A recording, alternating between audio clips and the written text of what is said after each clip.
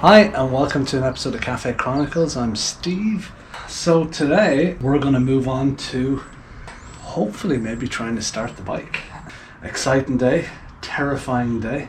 Last time we were connecting up all of our sort of switches to the, let's say, front half of the bike. So when I say front half, what I mean is connecting to the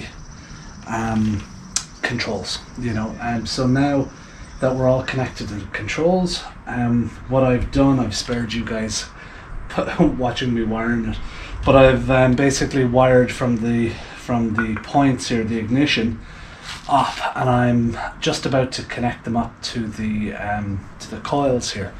Once I have that connected, and I've already connected the grounds out of the coils. So once that's done, it's a case of moving to the next step, which is actually starting this beast and giving it a little bit of power. And I'll have to fill it up with oil. I might take off the air box as well, so that we can get in and give it some starter fluid. It's probably going to need it to give it a kick on, so we'll do that. Yeah, once we're at that point, I think we're good to go. All right, so let's finish wiring up these coils, and then we'll go from there.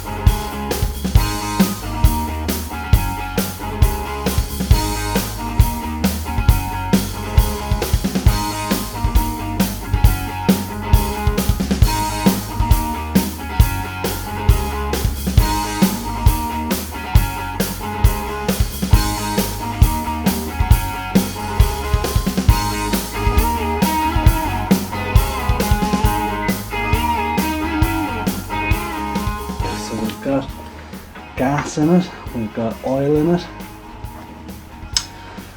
I just slowly kind of pushed on the kickstart a few times just to try and get the oil pump pushing some oil around. Put gas in the tank, and I'm just about to turn it on, and we'll see now if any of the bowls leak fuel.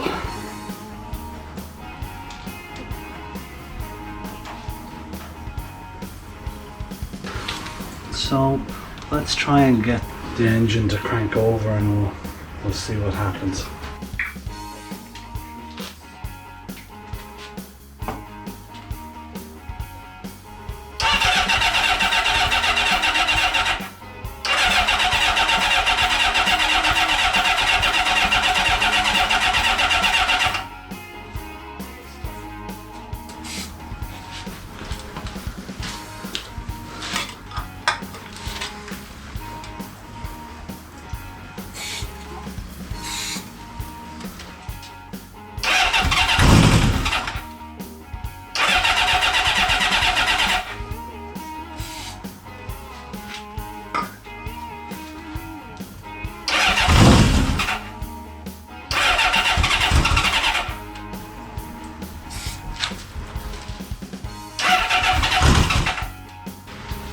Okay, we're gonna test to see if the bowls are full of gas.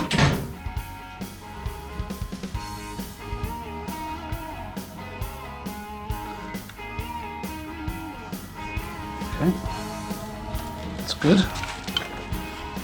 I know that sounds a little sadistic, that it's good that there's not gas in it, but it kind of is, because it means that there's not gas getting down to it.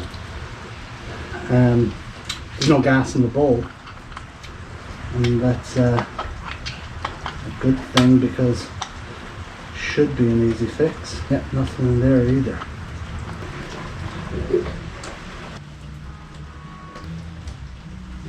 Okay, so when we did our troubleshooting, we learned a lot. We learned that the gas is not getting out of the gas tank. So that means it's a problem with the petcock on the gas tank itself. So that's cool. We can go back and fix that at another stage.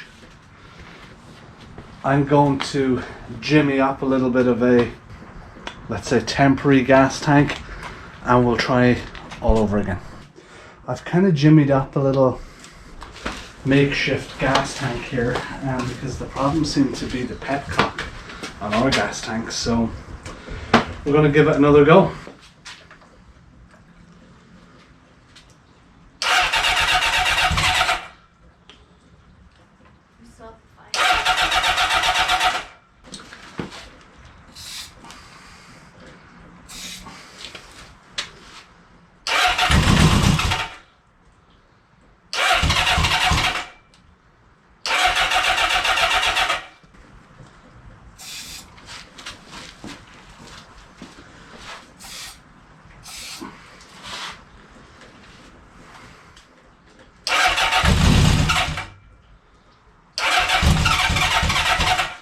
So here's a funny one for you.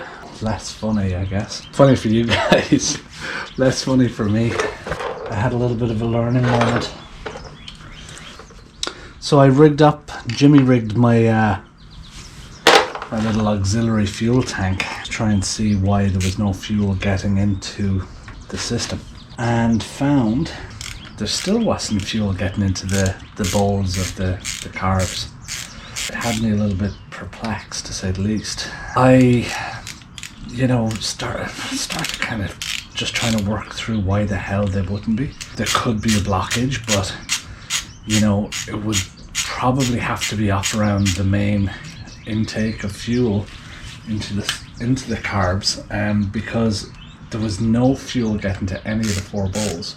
Another thing I thought was if I messed up how the little floats were in the bowls, and maybe how the gasket was in there, and I kind of thought, right, well, if I've messed that up, and if for some reason those little floats are getting caught up in the sides, it wouldn't let gas in. But then I was kind of thinking, well, what are the chances of it happening though on all 4? It's not likely.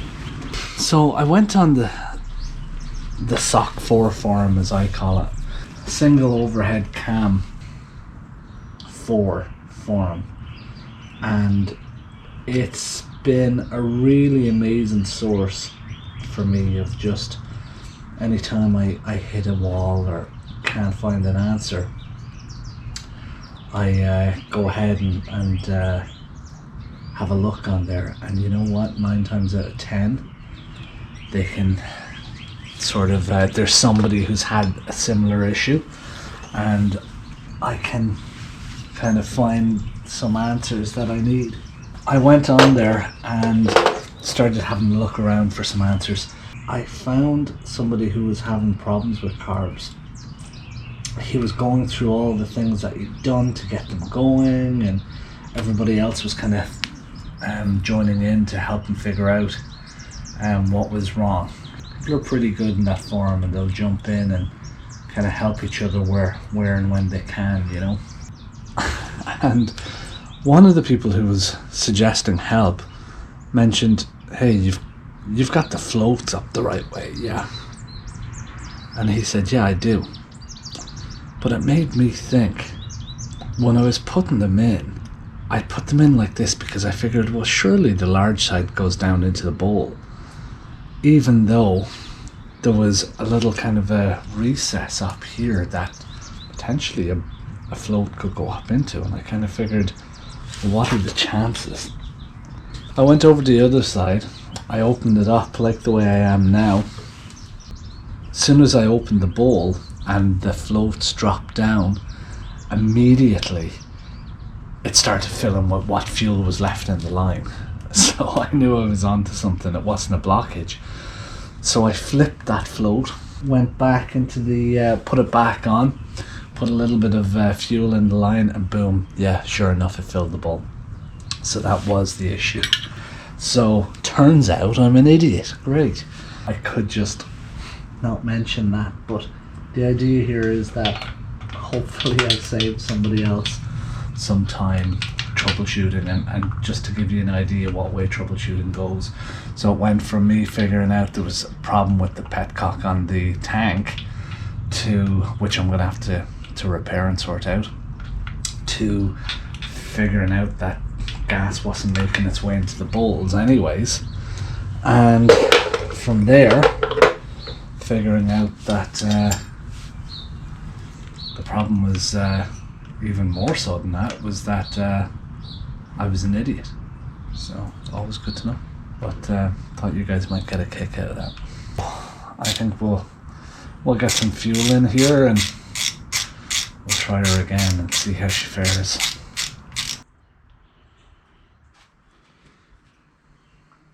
Okay.